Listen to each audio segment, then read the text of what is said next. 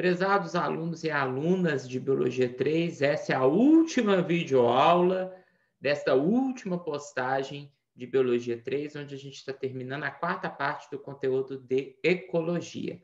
Aqui nós iremos, então, abordar com mais detalhes, né? Fatores, primeiro, bióticos e depois os fatores abióticos que acabam causando alterações no equilíbrio ambiental, né? O que a gente chama de alterações ambientais. O primeiro fator biótico que provoca alteração nos ecossistemas é a introdução de espécie exótica. E aí a gente tem que entender, né, o que é uma espécie exótica. Espécie exótica, pessoal, é qualquer espécie que se instala ou que é levada para um local onde ela não é naturalmente encontrada. Então aqui a gente está colocando, por exemplo, só para ter uma imagem do que seria isso, qualquer espécie de ser vivo que não faz parte, por exemplo, dos indivíduos que vivem no Japão, né, naturalmente, e que seja levada para lá, é considerada uma espécie exótica, tá? E toda vez que a gente tem uma introdução, né, de uma espécie exótica em um determinado ecossistema, as consequências desse processo, elas são imprevisíveis. A gente não pode ter certeza do que essa espécie exótica pode causar nesse ecossistema em que ela está sendo introduzida. Mas duas possibilidades são muito comuns, né? Duas consequências são muito comuns de acontecerem quando uma espécie exótica é introduzida. Bom, a primeira delas é quando a espécie exótica pode ser mais eficiente do que as espécies nativas, aquelas que vivem naturalmente naquele local, na utilização de recursos. O que isso quer dizer? É quando a espécie exótica, olha para cá, ela é um competidor melhor do que as espécies nativas por recursos, por território, por alimento, por exemplo. E vocês sabem muito bem que quando ocorre a competição interespecífica, devido à sobreposição de nicho, ou ocorre uma especificação de nicho, reduzindo essa sobreposição e a competição interespecífica, perdão, ou muitas vezes o que acaba acontecendo é a nossa exclusão competitiva, aonde as espécies nativas, né? As espécies nativas, que muitas vezes podem ser competidoras piores, elas são excluídas, elas são extintas, e a população de espécie exótica, que é um competidor melhor, ela acaba aumentando, podendo, inclusive, se tornar uma praga, quando ela traz efeitos nocivos para a agricultura, gera doenças ou grandes alterações ambientais, tá? Então, quando a espécie exótica é um competidor melhor que as nativas, pode gerar exclusão competitiva de espécies nativas que são competidoras ruins. Outra consequência muito comum é quando a espécie exótica, nesse ecossistema em que ela foi introduzida, ela não tem predador natural ali presente, nem parasita, que são duas forças causadoras de resistência ambiental que controlam uma população e, obviamente, que controlariam essa população da espécie exótica. Nesse caso, essa espécie exótica, nesse ecossistema onde ela foi inserida, ela não vai ter resistência ambiental ao seu crescimento. Portanto, ela vai crescer respeitando o seu potencial biótico e, obviamente, de maneira descontrolada. Independente da espécie exótica ser um competidor melhor que as nativas ou não ter predador natural ou parasita natural nesse ambiente em que ela foi introduzida, essas espécies exóticas podem crescer de maneira descontrolada e se tornarem pragas. É o que a gente viu em algumas espécies de mexilhão, que foram transportados por água de lastro, que é aquela água que fica dentro do casco de navio, entre algumas regiões do mundo, e, obviamente, o caramujo africano, que foi introduzido no Brasil como uma possibilidade de substituir o escargot, mas que, infelizmente, não tem um paladar, né, próximo ao do escargot e, obviamente, não pôde ser utilizado para esse fim e acabou no Brasil não tendo resistência ambiental suficiente e se tornou uma praga. É muito comum, inclusive, aqui em Bambuí, principalmente na região do bairro Candolas e do bairro Sion Candolas, tá? Bom, outra alteração biótica dos ecossistemas é o que a gente chama de extinção de espécies. Bom, é importante a gente dizer que a extinção, o desaparecimento de uma espécie natural pode ser acelerada pelas ações humanas. Então, por exemplo, o desmatamento ou a caça indiscriminada e descontrolada de um determinado ser vivo pode gerar a redução da população e o desaparecimento, que é a extinção dessa espécie.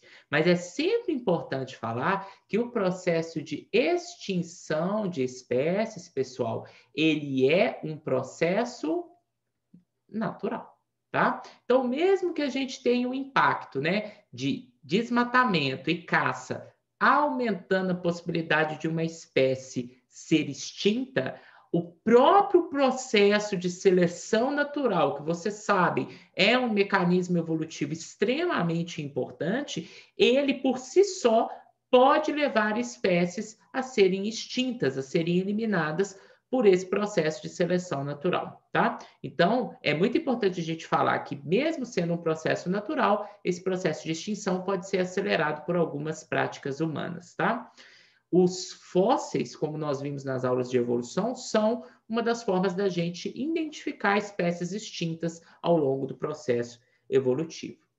É muito importante a gente pensar que algumas consequências da redução de uma população podem gerar a extinção dela ao longo do tempo. Bom, quando uma população ela se torna muito pequena, seja pelo efeito natural da seleção natural ou pelo efeito antrópico de queimadas e também de caça, ocorre um aumento do endocruzamento, que é o cruzamento entre indivíduos aparentados, e essa população pequena ela pode sofrer maior efeito de eventos aleatórios, que são os eventos de deriva genética.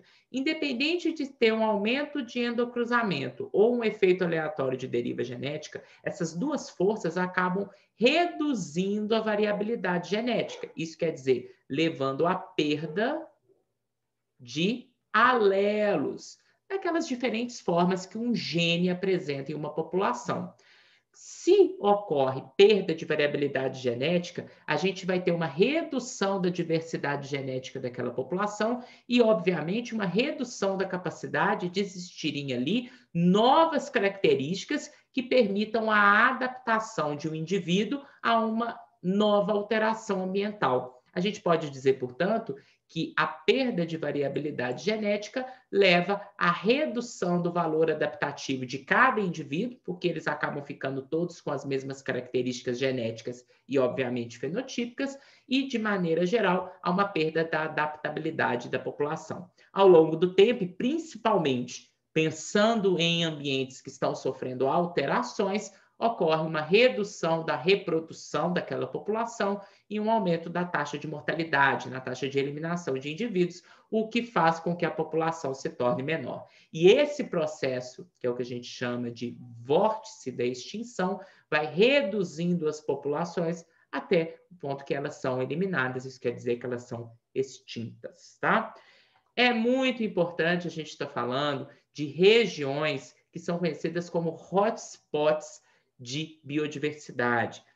Essas regiões têm condições naturais únicas, tá? Que permitem um grande número de espécies diferentes convivendo nesses ambientes, nesses ecossistemas. E por abrigar uma grande biodiversidade, essas regiões em vermelho, quando a gente pensa em ecossistemas terrestres, e esses triângulos em azul, quando a gente pensa em ecossistemas aquáticos, são extremamente importantes por terem uma biodiversidade muito grande e são alvos, obviamente, de programas de preservação dessa biodiversidade, que ainda nem é totalmente conhecida pelos biólogos e outros pesquisadores. Portanto, aqui nessas regiões, a gente tem, obviamente, o interesse de estudo e de preservação dessa biodiversidade, e, obviamente, de controle desse processo de extinção de perda de espécies. E observem que o Brasil, ele tem regiões aqui de hotspots de biodiversidade, como é o caso aqui da região do Cerrado e dos remanescentes de Mata Atlântica, e, obviamente, talvez aqui regiões da floresta amazônica, que ainda não estão inseridas nesse gráfico, nesse mapa aqui mostrado nesse slide, tá? Bom, falando agora das alterações abióticas, ou seja, quais são as modificações abióticas que podem trazer desequilíbrio ambiental e alterações ambientais. A primeira delas é a poluição.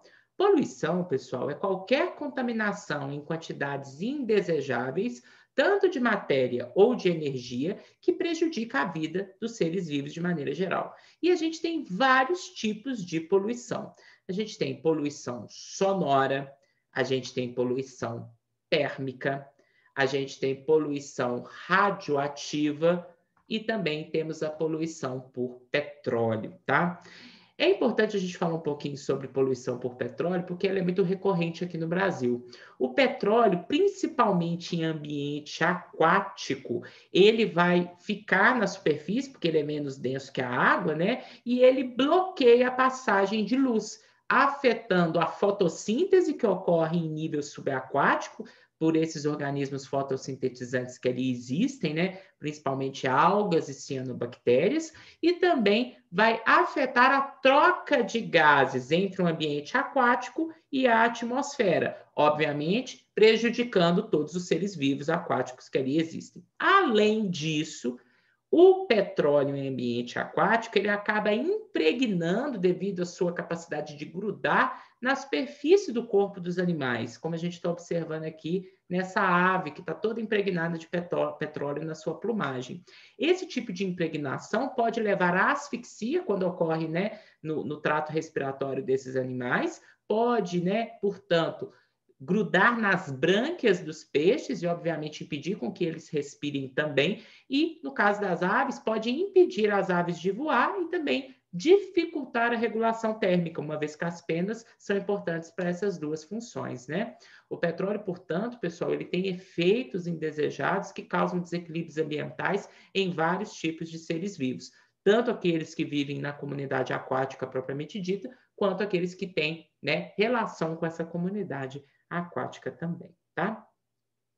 E é muito importante a gente estar falando de poluição de compostos não biodegradáveis, né? Esses compostos que não são biodegradáveis são aqueles que não são decompostos, ou seja, não são transformados, né, em sais minerais, nem pela ação de bactérias e nem pela ação de fungos. Portanto, eles não têm decomposição.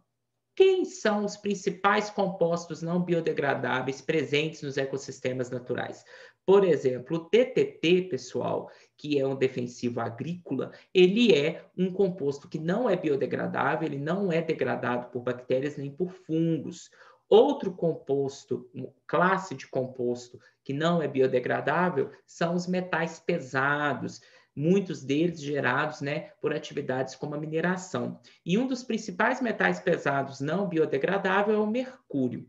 Todo composto não biodegradável, seja um metal pesado ou uma outra substância como é o DDT, eles apresentam um efeito ao longo de uma cadeia alimentar, que é o que a gente chama de magnificação trófica ou bioacumulação. Então, quando a gente pega uma cadeia alimentar simples aqui, onde temos produtores fotossintetizantes, consumidores primários representados por herbívoros, consumidores secundários representados por carnívoros e consumidores terciários aqui representados por carnívoros também. O que a gente observa? Toda vez que a gente dosa a quantidade de um composto não biodegradável em cada um desses níveis tróficos ou nesses indivíduos aqui ao longo da cadeia alimentar, a gente observa que existe um aumento da concentração desse composto não biodegradável ao longo de cada um dos níveis tróficos. Então, a gente observa que, por exemplo, a concentração aqui nos produtores é menor do que nos consumidores primários, que é menor do que a concentração do composto não biodegradável nos consumidores secundários e que, obviamente, é muito menor do que a concentração do composto dos consumidores terciários. E quando a concentração do composto não biodegradável se torna muito alta, que é o que a gente acaba observando nos níveis tróficos maiores, essa bioacumulação pode causar efeitos tóxicos e levar esses organismos a intoxicação e a problemas sérios, né? Então, todo composto não biodegradável que chega a um ecossistema, ele pode apresentar magnificação trófica, bioacumulação, que é esse aumento da concentração ao longo dos vários níveis tróficos de uma cadeia alimentar. E reforçando, isso acontece porque esses compostos se acumulam nos tecidos e não são decompostos, não são degradados pela ação nem de bactérias, nem de fungos e nem pelo próprio metabolismo do organismo, tá? É importante a gente falar que, basicamente, além desses compostos que eu citei, muitos produtos farmacêuticos que a gente usa tanto no tratamento de doenças humanas, como no tratamento de doenças que afetam os animais de criação, eles acabam chegando em determinados ecossistemas. E quando chegam lá, podem causar magnificação trófica. Então, quando a gente pensa, por exemplo, em um medicamento não biodegradável utilizado no ser humano, através da rede de esgoto sem tratamento, esse, né, composto pode não ser retirado completamente na estação de tratamento, ou quando ela não existe, não tem retirada nenhuma, e esse efluente é jogado em um ecossistema aquático. Se o composto não for retirado durante o tratamento, ou quando o tratamento não existir, esse composto não biodegradável chega no ecossistema aquático e pode nele causar magnificação trófica ao longo dos níveis tróficos da cadeia alimentar. Em produção pecuária, a mesma ideia. Então, esse composto não biodegradável presente em algum medicamento, ele é eliminado muitas vezes na fezes e urinas do animal, muitas vezes esse esterco, né, é utilizado na agricultura, mas através das chuvas ocorre um escoamento, levando parte desse esterco, que vai chegar também ao leito de rios e lagos, e obviamente chega nos ecossistemas aquáticos, podendo causar magnificação trófica também, tá? Outra consequência de poluição muito comum e muito trabalhada em questões é o processo de eutrofização, também conhecido em alguns livros como eutroficação. Mas eutrofização é um termo mais comum, tá? A tradução da palavra eutrofização é bem nutrido. Bom, a eutrofização, pessoal, é um processo que ocorre em ambientes aquáticos em função do aumento excessivo de nutrientes, principalmente de nitratos e fosfatos. Bom, então vamos entender. Quando nós temos um ambiente aquático que recebe uma descarga de esgoto, tá? Ou de algum outro poluente, muitas vezes esse esgoto traz grandes quantidades de nitrato e fosfato, nitrogênio e fósforo mineral. Quando o ambiente aquático recebe essa carga de nitrogênio e fósforo, como vocês sabem, sais minerais importantes para o crescimento dos organismos fotossintetizantes, que no ambiente aquático são principalmente as algas unipluricelulares e, obviamente, as cianobactérias e outros organismos fotossintetizantes que formam o fitoplâncton. Como esses organismos fotossintetizantes têm mais sais minerais disponíveis, eles crescem e proliferam muito mais. Se eles crescem e proliferam muito mais, a água se torna mais túrbida e, obviamente, dificulta a passagem de luz, diminui a penetração de luz. Organismos fotossintetizantes sem luz acabam morrendo por falta de fotossíntese. E se esses organismos fotossintetizantes morrem, eles acabam sendo decompostos. A decomposição desses organismos, obviamente, vai ser feita por bactérias, principalmente, e que, como elas têm muito alimento disponível, porque muito organismo fotossintetizante está morrendo, já que a luz não está passando mais, a quantidade de bactérias decompositoras vai aumentando vertiginosamente. E as bactérias que começam o processo de decomposição são bactérias aeróbicas, que usam o oxigênio como fonte, né, de aceptor de elétrons nos seus processos metabólicos, tá? Entretanto, se a população dessas bactérias decompositoras aeróbicas aumenta rapidamente, a quantidade de oxigênio disponível, dissolvido nesse ambiente, vai diminuindo ao longo do tempo. E se não tem oxigênio disponível, as espécies de animais que também usam oxigênio para os seus processos metabólicos vão acabar morrendo por falta de oxigênio.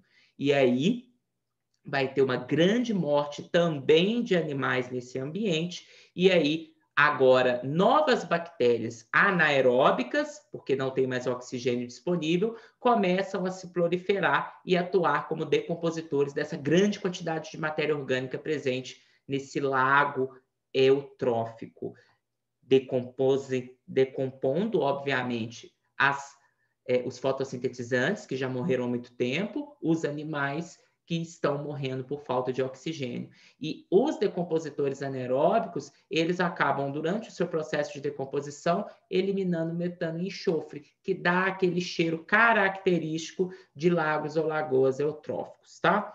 Só para vocês terem uma ideia, a aparência de um lago eutrófico é essa. Vejam que ele é extremamente verde, representando aqui essa grande presença de organismos fotossintetizantes que estão morrendo, a água é muito turva, então obviamente não penetra luz mais, e nesse momento aqui as bactérias aeróbicas estão retirando todo o oxigênio da água durante o processo de decomposição, peixes e outros animais estão morrendo por falta de oxigênio, e outras decompositoras anaeróbicas que conseguem atuar nesse ambiente sem oxigênio estão decompondo toda essa matéria orgânica e por isso liberam um odor extremamente fétido devido ao metano e o enxofre liberado ali, tá? Bom, quando a gente pensa em poluição do ar, a gente está pensando em um ar que tem gases poluentes, gases tóxicos. Que gases são esses? Principalmente a gente está falando do gás carbônico, do monóxido de carbono, do ozônio, do metano e de gases baseados em óxidos de enxofre e óxidos de nitrogênio, além de outros hidrocarbonetos. Gases como baseados em óxido de nitrogênio e óxido de enxofre podem causar distúrbios respiratórios em seres humanos, como bronquite e asma. Mas a grande questão é que quando esses gases baseados em óxidos de nitrogênio e enxofre reagem com o vapor de água presente na atmosfera, eles podem se tornar ácidos, ácidos que vão ser trazidos para o ambiente terrestre junto com a água da chuva. É o que a gente chama de chuva ácida. Então, a chuva ácida, pessoal, ela acontece quando a gente tem um ambiente extremamente poluído na atmosfera, com esses gases derivados de óxidos de nitrogênio e enxofre, que reagem na atmosfera com o vapor de água e, obviamente, são transformados em ácidos. Ácidos de enxofre e ácidos de nitrogênio. Esses ácidos se dissolvem na água líquida e vão cair junto com a água de precipitação. E quando chegam à superfície, essa chuva ácida, essa chuva rica em ácidos, pode causar destruição de algumas comunidades vegetais e levar à contaminação de águas e solos, tornando inclusive impróprias para o consumo humano e de outros seres vivos, tá? Bom, a gente precisa, primeiro, definir o que é o efeito estufa, né? O efeito estufa, pessoal, ele é baseado no nome estufa. Isso quer dizer que ele é o efeito de um aumento da temperatura em um ambiente específico. Mas o que a gente chama de efeito estufa?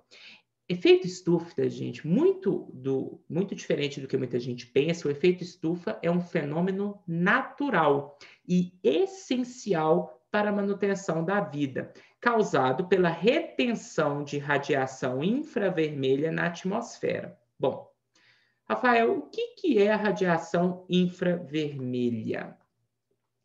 A radiação, quando a gente pensa no espectro de comprimento de onda da radiação solar, a gente sempre tem ondas que têm o comprimento de onda muito pequeno e transportam muita energia, é o caso, por exemplo, das ondas gama e do raio-x.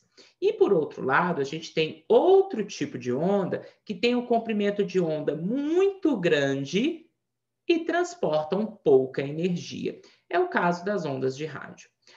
A luz visível, pessoal, ela está num comprimento de onda intermediário e transporta uma quantidade de energia também intermediária.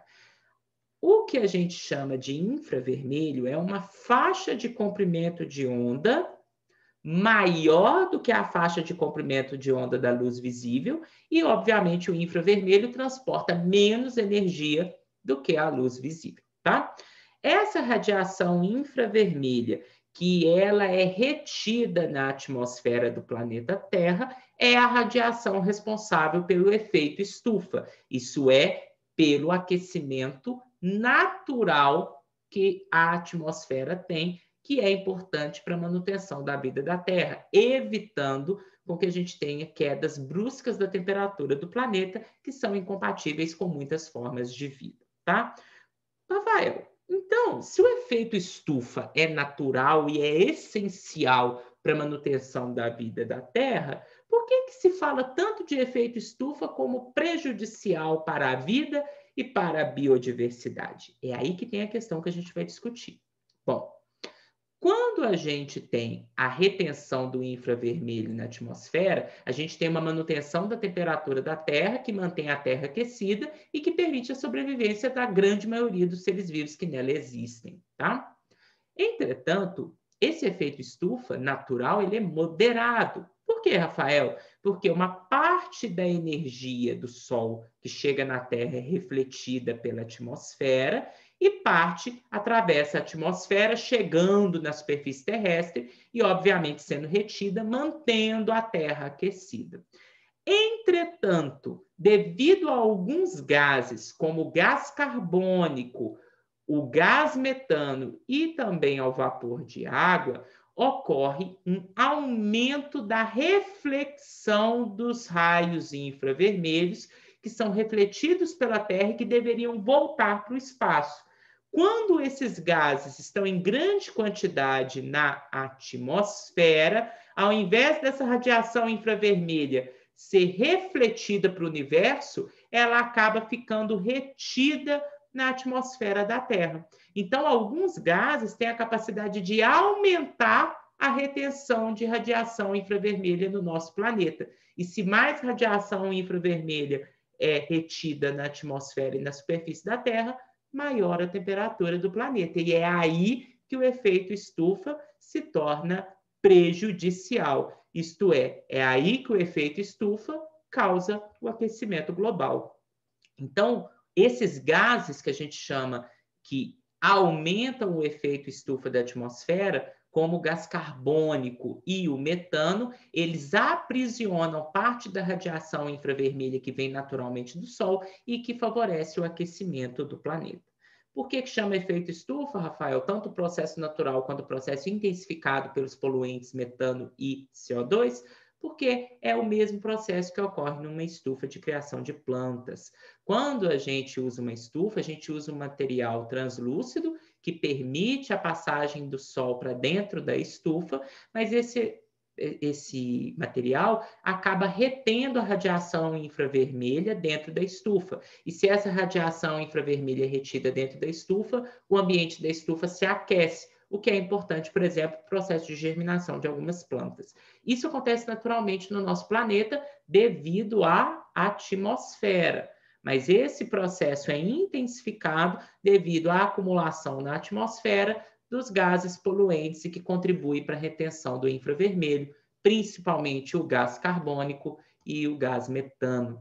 É por isso que a queima de combustíveis fósseis que gera CO2 contribui para a intensificação do efeito estufa e o aquecimento global, e a pecuária, que gera grandes emissões de metano devido às flatulências das vacas, também contribui para o aumento do efeito estufa e para o aumento da temperatura do planeta, tá? E, obviamente, a gente observa que quando a gente plota no mesmo gráfico, ao longo aí dos últimos anos, o nível de concentração de CO2 na atmosfera e a temperatura média do planeta, pasmem, tá? A gente observa que as curvas estão aumentando juntas. Então, existe uma relação direta do aumento da concentração de CO2 no planeta Terra, devido às atividades humanas, e da temperatura do planeta, o que a gente chama de aquecimento global. Então, o aumento da temperatura do planeta está intimamente relacionado ao aumento da concentração de um dos gases, que intensifica esse processo natural que nós conhecemos como efeito estufa, tá? Então, o efeito estufa, por si, não é prejudicial, pelo contrário, ele é essencial para a vida. Mas a intensificação do efeito estufa, devido à poluição atmosférica por gás carbônico e metano, esse sim é o problema ambiental que está intimamente relacionado ao aquecimento, ao aumento da temperatura do planeta, tá? E aqui, pessoal, a gente tem só mesmo para novamente reforçar que nós temos o metano como um dos gases que contribui para esse aumento do efeito estufa e para o aquecimento do planeta. O metano tem origens naturais, como é o caso daquele produzido por cupins, por ambientes pantanosos e até mesmo liberados em ambientes aquáticos, e aqueles que são liberados por influência antrópica. Então, os ruminantes, né, como eu disse, né, que é a contribuição da pecuária para o efeito estufa, as plantações de arroz, né, a queima de biomassa, os aterros sanitários e também a mineração de carvão e a produção de gás, todas são atividades antrópicas que, obviamente, liberam uma grande quantidade de metano para a atmosfera e que contribui para a poluição do ar e a intensificação do efeito estufa. Bom, outro gás importante para o efeito estufa é aqueles gases que são liberados em alguns aerosóis. São os gases que a gente chama de CFCs, né? Então, alguns aerosóis, eles apresentam esses CFCs, né? E esse cloro presente em compostos do CFC interage com o ozônio, quando ele está nas camadas superiores da atmosfera, formando o que a gente chama de monóxido de cloro, substância ClO, e libera também o oxigênio molecular. Esse monóxido de cloro, formado pela ligação do cloro dos CFCs com o ozônio da camada de ozônio, que é aquela última camada da atmosfera, permite com que esse monóxido de cloro, duas moléculas dele se reagem, formando uma outra substância, que é o que a gente chama de peróxido de cloro. O peróxido de cloro, quando entra em contato com a luz solar, ele sofre decomposição, liberando átomos de cloro e esses átomos de oxigênio molecular. Então, qual que é a consequência dos CFCs que são liberados por muitos aerosóis? Eles vão eliminando o ozônio da nossa atmosfera, porque esse ozônio interage com o cloro do CFC, essa reação libera essa substância monóxido de cloro e oxigênio, os monóxidos de cloro reagem entre si, são decompostos pela luz solar, liberam oxigênio e átomos de cloro. E o átomo de cloro pode novamente sequestrar ozônio. Então, os CFCs, que são muito comuns em alguns aerosóis, eles contribuem, obviamente, para a redução da camada de ozônio. E isso é nítido, tá? Então, aqui a gente observa, por exemplo, o que está aqui em azul é o que a gente chama de erosão, ou seja, o buraco na camada de ozônio que existia sobre a Antártica. Essa é a imagem desse buraco em 1979, essa é a imagem do buraco em 2012. Então, vejam que esse buraco aumentou vertiginosamente em um espaço aí de 31 anos, né? E, obviamente, esse aumento do buraco de ozônio está intimamente relacionado ao aumento de aerosóis e liberação desses CFCs, né? E, obviamente, tanto esses buracos estão aumentando, como também a gente pode observar que a espessura dessa camada de ozônio ela tem diminuído. E não falta, né, da gente falar, essa camada de ozônio ela é fundamental para a manutenção da vida na Terra, porque ela filtra a radiação ultravioleta, reduzindo a quantidade de raios solares ultravioleta que chegam aqui na atmosfera. Vocês sabem que a radiação ultravioleta é mutagênica, aumenta a taxa de mutações e pode desencadear em nós, seres humanos, câncer de pele, tá? E só para terminar esse nosso conteúdo de ecologia, né, é importante a gente pensar na nossa consciência ecológica, no uso correto de recursos, né? E aqui eu chamo a atenção para a água, né? Apesar da água parecer um recurso ilimitado, ela não é, tá?